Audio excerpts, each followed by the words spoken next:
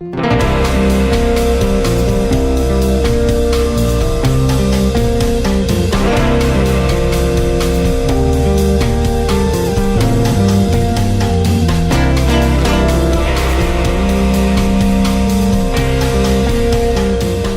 many of you have ever received unfair treatment? Jesus said it is impossible that no offenses should come. Do you have the right to be offended? Offense is a snare, a trap. An offense is the bait of Satan. The bait of Satan. John Bevere's best-selling book has changed lives all over the world. God's word, His promise, will always come to pass as long as you don't get offended. And now, John Bevere Ministries presents The Bait of Satan Curriculum, a 12-part series designed to free you from the snare of offense. What you do with the offense will determine your future. Nessa última lição, eu quero compartilhar com vocês meu testemunho pessoal. É claro que as últimas 11 lições de A Isca de Satanás não foram apenas teoria para mim, foram realmente uma prática de vida. Eu espero que meu testemunho ajude vocês hoje a vencer todo tipo de ofensa que possa haver na sua vida. Antes de eu ser salvo, era muito fácil para mim perdoar. Eu cresci numa família muito boa, nunca tive problemas em perdoar pessoas, mas depois que eu fui salvo, para mim ficou ainda mais fácil perdoar. E então, o que aconteceu foi que havia um homem que fez algumas coisas comigo, e isso aconteceu no intervalo de 1 ano. E o ápice foram coisas realmente devastadoras que aconteceram no final desse ano, e esse homem era um homem que eu respeitava altamente. O homem que era quase como uma figura de um pai. E quando as coisas aconteceram no final do ano, o ápice desses eventos, as pessoas podiam ver que, obviamente, eu tinha sido maltratado. Então muitas pessoas vinham a mim perguntando: você está bem? Eu disse: eu estou bem. Você está ofendido? Eu dizia: não, não estou ofendido, eu estou bem, vou continuar com o chamado de Deus na minha vida. Perguntavam: você quer ir até ele? Não, não precisa, vou seguir o chamado de Deus na minha vida, estou bem. Agora, isso aconteceu por vários meses, e amigos, o que acontecia é que eu era orgulhoso demais para assumir que eu estava ofendido. Veja, para mim, assumir que eu estava ofendido, eu via uma pessoa ofendida como sinal de fraqueza, e eu era muito orgulhoso para dizer que eu era fraco. Então isso continuou por vários meses. E eu vou dizer o que aconteceu, foi que a cada mês que passava, meu coração esfriava mais e mais. Não foi uma coisa repentina, foi uma coisa bem gradual. Eu fiz uma ilustração numa lição anterior. Você põe um sapo numa panela com água, liga o fogo, aumenta o calor. Se você aumentar a temperatura gradualmente até ferver, o sapo não pula, porque ele não percebe o que está vendo. Você põe um sapo na água escaldante, ele imediatamente vai pular para fora. E este é o caso. O amor estava esfriando pouco a pouco a pouco. Eu lembro que havia vezes em que estávamos no nosso carro, minha esposa e eu, e ela colocava uma música de adoração. Minha esposa sentada do meu lado, a presença de Deus nela, eu sentia, lágrimas caíam dos seus olhos. Ela olhava para mim e eu apenas dirigia o carro. E uma vez ela olhou para mim e disse: John, ela disse, por que você não está adorando? Por que não desfruta disso? Eu disse: eu estou meditando, eu estou bem, ok? Isso continuou por vários meses. Agora, o que é realmente assustador é que eu continuo pregando, continuo impondo as mãos aos doentes e eles são curados, continuo impondo as mãos em endemoniados e os demônios vão saindo. Mas ainda assim meu coração está esfriando e esfriando e esfriando. E isso é muito alarmante. Uma pessoa pode estar num estado de ofensa e ainda assim ter um ministério poderoso, porque é a unção sobre que ministra as pessoas, não o coração que está dentro, embora isso vá afetar o ministério no final das contas. Estão comigo? Então, meses se passaram e foi ficando pior e pior e pior, e finalmente, um dia, eu saí no meu quintal, fui no deck e eu olhei para o céu e eu disse: Pai, eu estou ofendido. E eu ouvi uma voz dentro de mim: sim! Sabe, eu falei assim para mostrar como ela foi alta. Eu quase pulei. E eu lembro de dizer lá no meu quintal, eu disse: Pai, eu já orei, eu já fiz tudo o que eu sei fazer, eu não consigo sair dessa. Eu preciso de ajuda. Isso foi no final de um jejum de 4 dias. E eu fui a um funeral da secretária de uma igreja, e aquele homem estava conduzindo o funeral. E eu lembro que eu cheguei um pouco tarde, então sentei lá atrás naquela igreja, enquanto ele conduzia o funeral. E eu lembro que da metade para o final daquele funeral, eu comecei a chorar. E eu estendi a minha mão e eu disse: eu te libero, eu te perdoo por tudo. Eu te perdoo. E fiquei chorando o resto do culto e disse: ok, acabou. Sabe, eu estou no final de um jejum de 4 dias. Eu chorei, o liberei, saí da igreja pensando: acabou, está feito. 2 semanas depois eu o vi de novo. Quando eu o vi, um pensamento veio até mim: como ele pode ser tão abençoado? Ele fez isso comigo, ele fez aquilo, ele fez isso também, ele disse isso, ele fez isso, ele não fez isso, ele não fez aquilo, ele fez isso com essa pessoa e com essa também, como ele pode ser tão abençoado? Então eu lembro de deixar aquele lugar onde ele estava e eu fui para casa dirigindo e pensando nisso. Eu pensei nisso durante o almoço, eu pensei nisso naquela tarde, eu conversei sobre isso no jantar, eu pensei nisso à noite, eu acordei pensando nisso, tomei banho na manhã seguinte pensando nisso, daí eu entrei no meu carro para sair de casa e então fiquei assustado. E eu disse: peraí, eu perdoei, eu chorei e o perdoei. Então por que eu ainda estou alimentando esses pensamentos? Deixa eu mostrar algo, eu preciso de alguém que vai para a academia todo dia. Vamos, eu preciso de alguém rápido. Aqui estamos, temos o voluntário. Qual o seu nome, irmão? Joe, vem aqui em cima. Fique bem ali, Joe. Certo? Vejam isso, amigos. Eu posso andar até Joe e fazer isso. Você sabia o que eu ia fazer? Veja, eu acertei bem forte. Mas sabe, ouçam, depois que eu acertei, acabou, é como a água sobre uma rocha. Ele está bem, tudo bem, não é? Mas agora, eu poderia pegar esse suporte, certo? Não, deixa esse aqui, deixa eu pegar esse outro. Eu poderia pegar esse pedestal aqui. Eu poderia pegar essa coisa e acertar ele o mais forte que eu pudesse. E acertá-lo, ouçam, o que eu vou fazer se eu acertá-lo assim? Honestamente. Certo? Eu vou machucá-lo, mas vamos um passo adiante, eu vou feri-lo. Estão comigo? Então, amigos, é isso que temos que entender. Há algumas ofensas que nos atingem, que é como água na rocha, não gostamos, mas quando acaba estamos bem. Há outras ofensas que nos atingem, que nos ferem. Agora ouçam. Feridas não se curam da noite para o dia. E se não tratadas da maneira correta, feridas nunca saram. De fato, podem acabar matando alguém. Pode acontecer, amém? Obrigado, amigo. Qual é o seu nome? Obrigado, Joe. Deus te abençoe. Agora, vão comigo para Atos 24. Vou mostrar algo.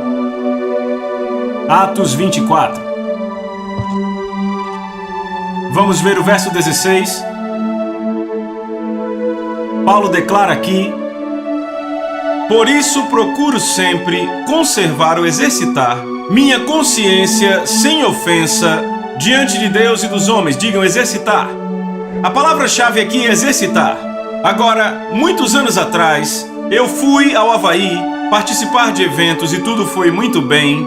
E eu lembro que entre um evento e outro eu estava como turista e eu fui a um lugar chamado Renoma Bay e havia um muro onde estava escrito: não suba no muro. E eu subi no muro. Foi antes de eu escrever Debaixo das Suas Asas, livro que fala sobre obediência. Mas então, eu lembro de subir no muro e lembro que quando levantei meu pé direito para subir no muro, eu lembro que era um muro íngreme, era feito de pedras lisas, sabe? Eu levantei, meu pé estava em falso, eu levantei e quando o fiz, ouvi esse dentro do meu joelho, sabe? Alto assim. E eu fiz assim. E eu sentei ali e tirei aquela foto estúpida que eu queria tirar. E eu pulei para baixo do muro com minha perna esquerda. E a minha esposa e o pastor auxiliar estavam rindo de mim no carro, mas quando me viram mancando, minha esposa disse: ele não está andando. Então saíram correndo do carro e me ajudaram a voltar e entrar no carro. Eu fiquei numa cadeira de rodas por 4 dias. Na manhã seguinte, a esposa do pastor auxiliar conhecia um cara que era terapeuta e tinha sua própria academia. O nome dele era Alex. Era um cara enorme, careca, de 2 metros, pesava cerca de 120 quilos de músculo puro. Um cara grande, certo? Agora ele me levou para a sua academia e ele começou a trabalhar no meu joelho e fazê-lo doer, ok? E enquanto mexia no meu joelho, ele disse para mim, você quer saber por que você se machucou? Quer saber por que a maioria das pessoas que subiu naquele muro não se machucou e você se machucou? Ele disse: quer saber? Sabe, na verdade ele quase me ofendeu com aquela declaração. Eu disse: Por que eu me machuquei e a maioria das pessoas não? Ele disse, porque você está fora de forma. Você não se exercita. E de repente eu pensei nisso. Eu disse, peraí. É verdade. Há algumas pessoas que não se exercitam, não oram, não leem a palavra de Deus, não estudam diligentemente. O homem espiritual delas é fraco. Sabe por que o exemplo deu tão certo quando o Joe subiu aqui? Porque Joe vai à academia, eu acertei ele forte de propósito. Se eu tivesse escolhido alguém que não vai à academia fora de forma e acertasse forte, você estaria no quiroprata ou médico amanhã. Porque eu bati forte de propósito. Estão comigo? Mas há outras pessoas que estão estudando, orando, buscando a Deus. E sabe, elas não se machucam quando alguém as acerta assim. Sabe, eu nunca vou esquecer quando por anos fomos vizinhos de um lutador de luta livre. Nos tornamos muito próximos da sua família. A esposa foi salva, os filhos foram salvos, fazíamos estudos bíblicos junto. Não os vemos mais hoje, mas enfim. Eu lembro que fizemos todo tipo de coisa juntos com nossos filhos. Jogamos hóquei de rua, jogamos basquetebol. Eles eram amigos próximos e um dia ele chegou e disse, John, por favor, venha assistir meus vídeos, venha me ver lutar. E eu disse, é claro que eu vou. Então eu fui ver aquilo, eu não acreditei. Sabe, ouçam. Veja, você tem que entender, esse cara tinha cerca de 1,90 m e pesava 130 e tinha 6% de gordura corporal. Sabe, o corpo dele era quase como um V perfeito, sabe, e os braços dele eram tão grandes quanto a minha coxa. Sabe, eu fiquei vendo aquelas fitas dele lutando, na luta livre WWF, e eu vi caras quebrando cadeiras nas costas dele.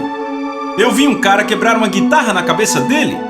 Eu vi um lutador de sumô de 200 quilos pular daquele negócio do ringue e cair bem na cabeça dele. E ele levantou. E então eu vi ele ser jogado daquele ringue de 2,5 metros de altura num tapetinho fino assim. Eu vi e fiquei, uau!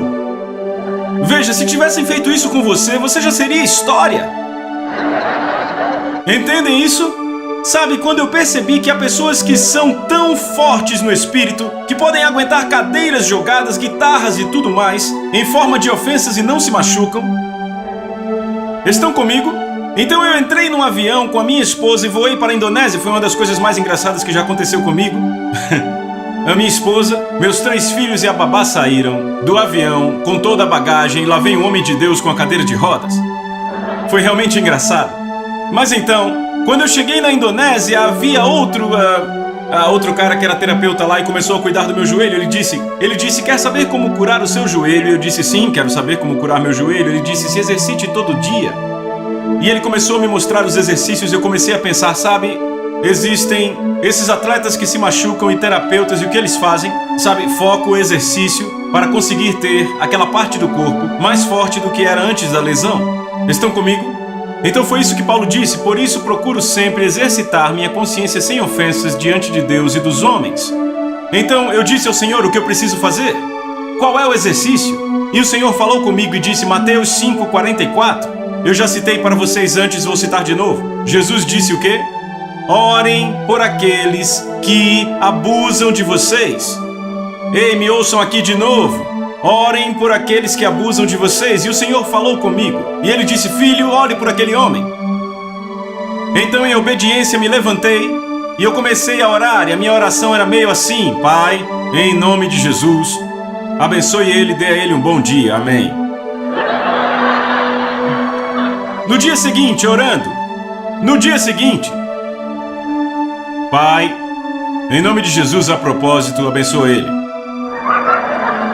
No dia seguinte, orando, Senhor, se puder, abençoa ele. Agora foi assim que eu orei por ele pelas próximas 4 ou 6 semanas. Agora, como vocês obviamente sabem, eu não melhorei, ao invés disso, piorei. Entrei em outro jejum. E no meio disso o Espírito Santo falou comigo, como vocês ouvem a minha voz agora, e ele disse, eu quero que você abra em Salmos 35, e é por isso que eu vou abrir em Salmos 35 para ler com vocês. Salmos 35. Sabe, na verdade eu não sabia no que eu estava entrando quando li o primeiro versículo, mas quando eu cheguei no versículo 11, a minha atenção ficou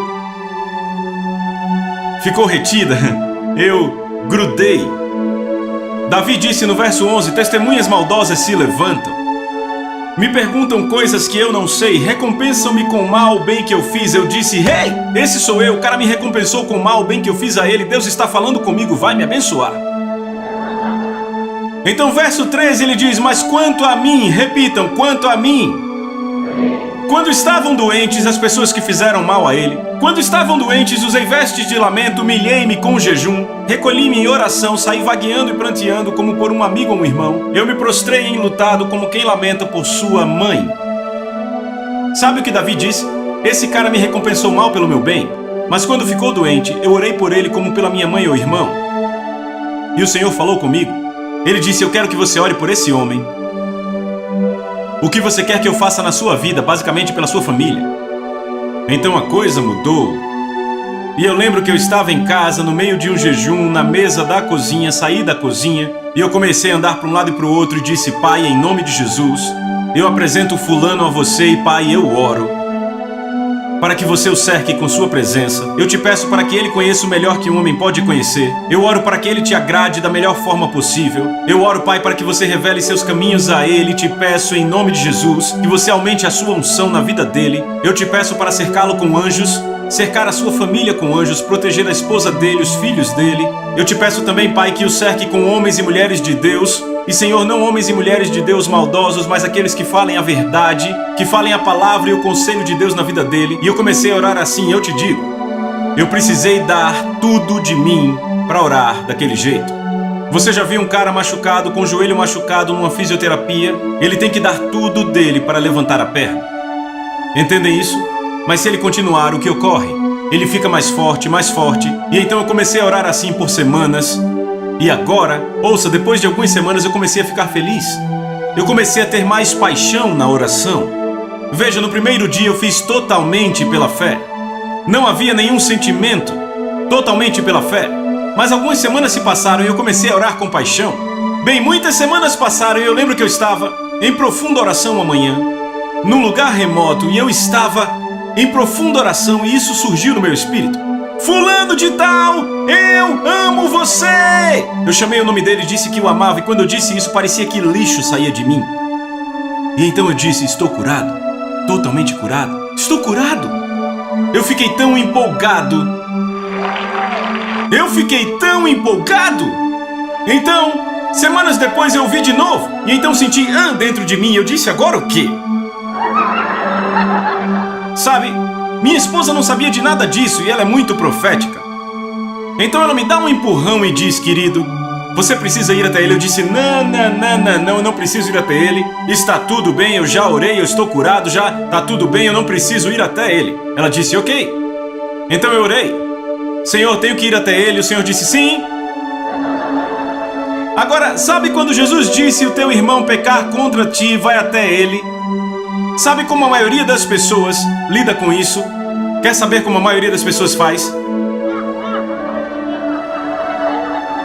Vem cá. Pastor Mark, eu quero que você saiba que você fez isso, e fez isso, e fez isso, e fez isso, mas eu te perdoo.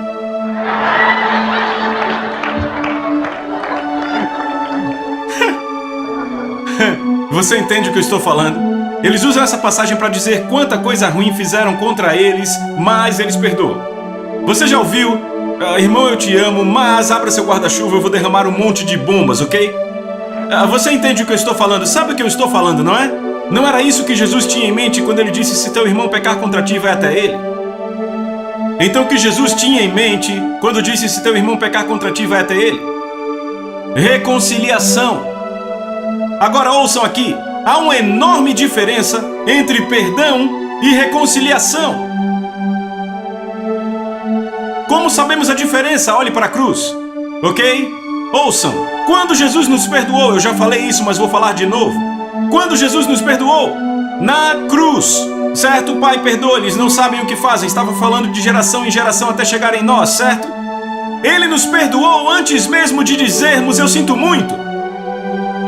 Alguns dizem, vou perdoar quando pedir desculpas. Se Jesus tivesse esperado suas desculpas, ele não teria te perdoado na cruz, certo?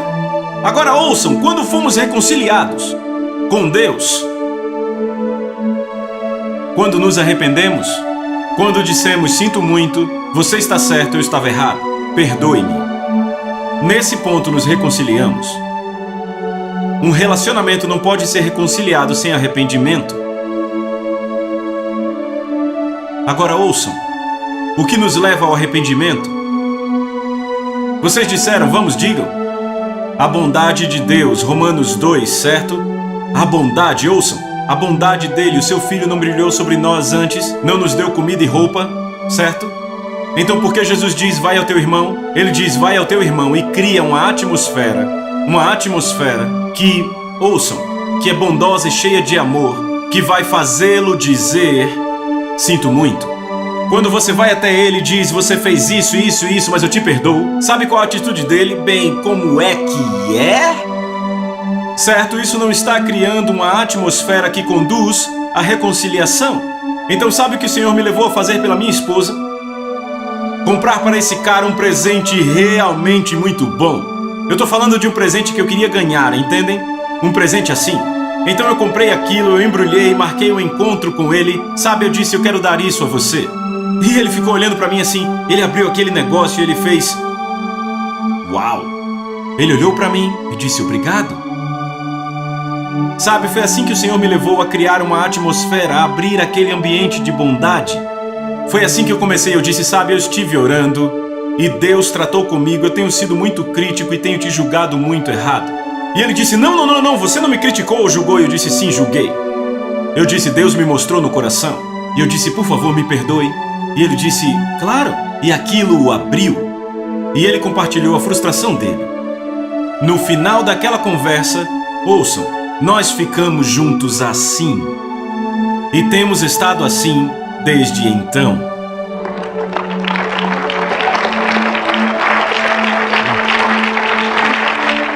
E sabe o que é maravilhoso? Dias mais tarde eu olhei para minha esposa e eu disse, sabe, quando eu conheci aquele homem não parecia que ele podia me fazer mal. Eu tinha um amor imaturo. Eu disse, mas então, ele fez coisas contra mim, eu vi as suas culpas, as culpas que vinham contra mim, eu não amei mais, e isso era amor imaturo. Eu disse, mas agora, eu ainda vejo suas culpas, mas eu o amo com mais intensidade do que quando o conheci. Eu disse, Lisa, isso tem que ser o amor de Deus, porque o amor de Deus cobre uma multidão de pecados.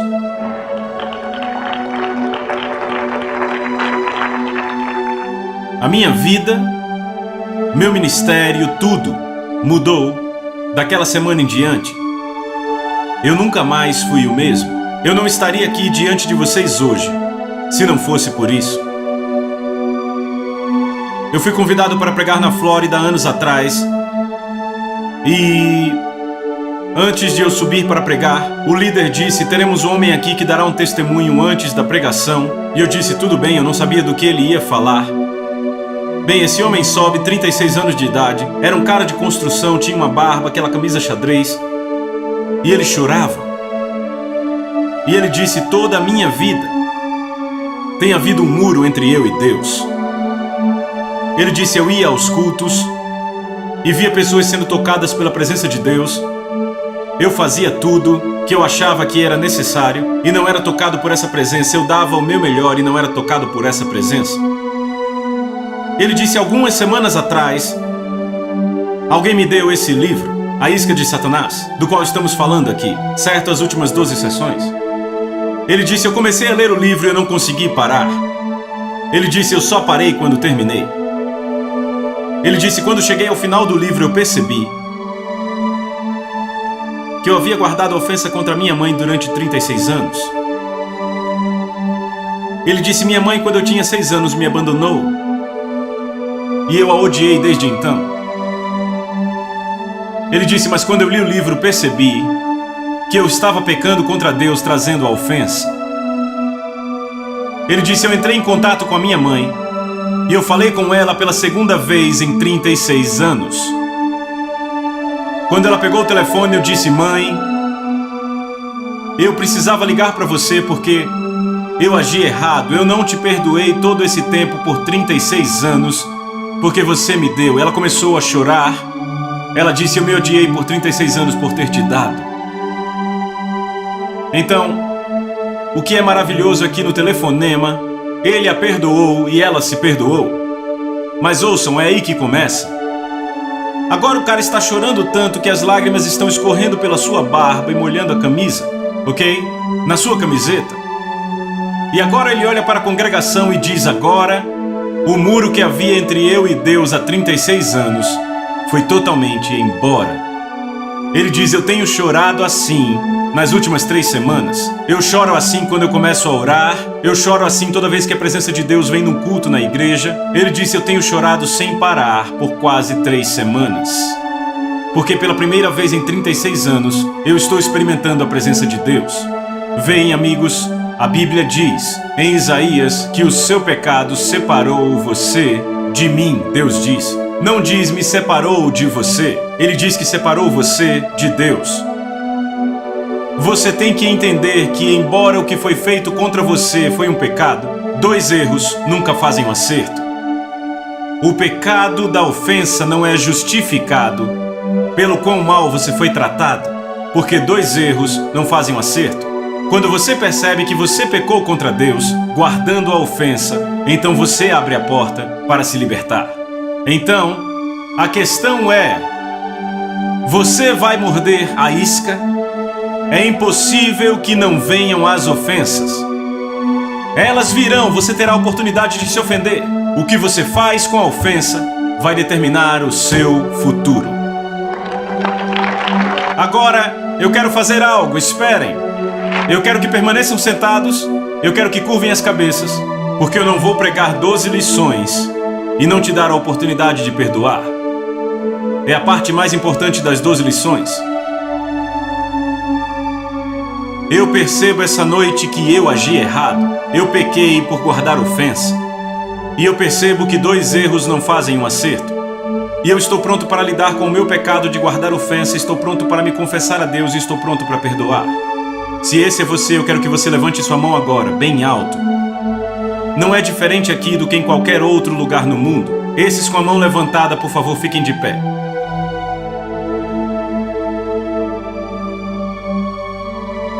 O arrependimento do Novo Testamento não é roupa de saco e cinzas, pessoal. Sabe como é? É uma mudança de mente e de coração. Ouçam com atenção. Isso é arrependimento. Você tem pensado assim, certo? Vivido assim pela forma que pensa. E de repente a sabedoria de Deus expõe o erro do seu pensamento, porque Deus diz, é dessa forma. Arrependimento. Eu estive errado, esse é o certo, eu vou deixar isso de lado e vou abraçar isso aqui. Isso é arrependimento. Você pode chorar ou pode não chorar, não faz diferença. Mas quando você muda seu coração e a sua mente diz: eu vou abraçar a sabedoria, porque eu tenho agido errado, ok? Se esse é você e você diz: eu percebo que eu estava errado, estou pronto para perdoar, pronto para confessar e abraçar sua forma de pensar, eu quero que você deixe o pecado no seu assento e eu quero que você venha aqui e eu vou orar por vocês. Como um grupo, vamos lá. Alguns aqui têm ofensa com o próprio Deus, porque você não viu as expectativas alcançadas. Alguns aqui têm a ofensa com um pai. Alguns aqui é com um irmão, um pastor, um chefe. Alguns com um amigo. Alguns aqui é com um filho. Se você pudesse ver os olhos de Deus agora, você não veria olhos com raiva. Você não veria olhos condenando. Você veria olhos com um tremendo amor e compaixão. O que está acontecendo? Você está se achegando a Ele e Ele está se achegando a você. Eu digo, a presença de Deus está nesse lugar. Eu quero que você levante suas mãos e reverencie a Ele.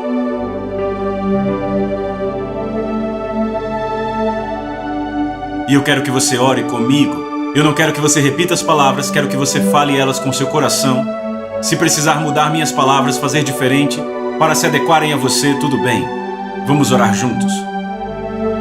Pai Celestial, em nome de Jesus, eu sou tão grato a você, pelo que você me deu nesses dias. Eu reconheço a sua voz, pelo teu servo, e eu ouvi a sua palavra. E eu percebi que sou eu que estou errado. Eu pequei. Eu justifiquei guardar a minha ofensa por causa do que foi feito comigo. E eu percebo, depois de ouvir a verdade, que eu estou errado e que, Senhor, eu te peço o teu perdão. Eu pequei contra você ao não perdoar, ao não liberar, mas hoje eu me arrependo do meu pecado e eu renuncio ao pecado da falta de perdão e da ofensa e da amargura e de todo ressentimento. Eu te peço, Senhor, que você me limpe com o seu sangue. Lave-me com o sangue de Jesus. Neste momento, eu recebo. Agora, Pai, com meu coração, eu perdoo. E antes de dizer, eu quero que você os veja. Quando você os vir, eu quero que você os traga ao Senhor e os perdoe agora. Diga: eu perdoo a minha esposa, minha mãe, meu pai. Alguns de você aqui sentem como se estivesse puxando uma raiz do coração, como uma espada no coração. Apenas deixe ir na presença dele. Perdoe-os. Agora levante as mãos outra vez e diga: Pai, em nome de Jesus, obrigado. Eu te peço agora, me encha do refrigério do teu Espírito Santo, derramando o teu amor e refrigério em meu coração, na minha vida, que isso me consuma. Em nome de Jesus, agradeça a Ele agora. Agradeça a Ele.